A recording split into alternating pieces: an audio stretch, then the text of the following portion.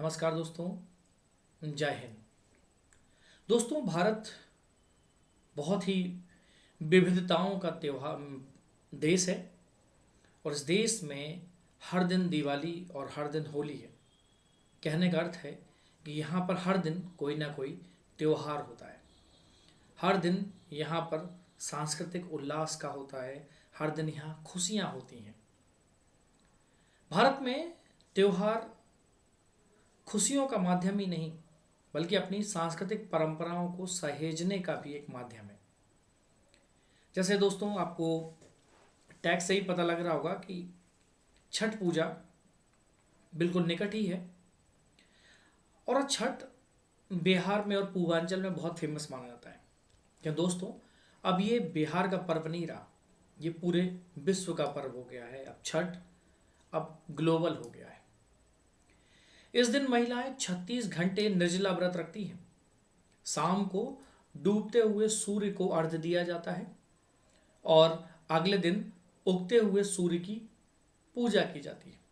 इस त्योहार में मुख्य रूप से भगवान सूर्य और छठी मैया की पूजा होती है। ये त्योहार माताएं अपने बच्चों की लंबी उम्र के लिए रखती हैं। ये त्योहार कब शुरू हुआ, कैसे शुरू हुआ और इसके पीछे की कहानी क्या है और ये छठ व्रत है क्या, चलिए आज हम इसी के बारे में बात करते हैं। प्राचीन काल में एक राजा थे, राजा प्रियव्रत, और उनकी पत्नी थी मालिनी।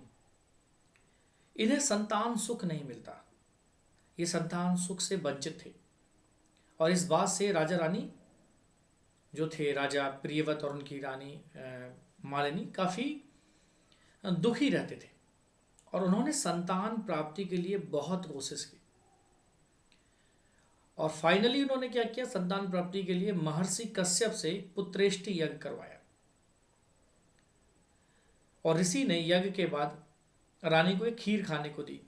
लेकिन कुछ दिनों बाद रानी मालिनी गर्भवती हो गई। लेकिन जो उनका पुत्र हुआ वो मृत पैदा हुआ। अब इससे राजा रानी बहुत निराश हो गए और रानी ने सुसाइड करने की भी कोशिश की। तभी उनके सामने भगवान की मानस पुत्री देवसेना प्रकट हुई और उन्होंने कहा कि वो षष्ठी देवी हैं और जो लोगों को पुत्र सुख देती हैं। और राजा और रानी, आप दोनों मेरी पूजा करो और कार्तिक शुक्ल की षष्ठी को मेरी पूजा करना। और पूजा के बाद रानी फिर से गर्भवती हुई और उनको एक सुंदर पुत्र प्राप्त हुआ। तो जो सबसे प्राचीन कहानी है छठी मैया की, वो यहां से शुरू हुई। एक कहानी महाभारत काल में द्रौपदी से भी रिलेटेड है कि जब पांचों पांडव अपना राजपाट हार बैठे तो उन्होंने अपने राजपाट पाने के लिए द्रौपदी जी ने उस समय इस व्रत को रखा था, जिसकी वजह से पांडवों को का राजपाट फिर प्राप्त हो गया।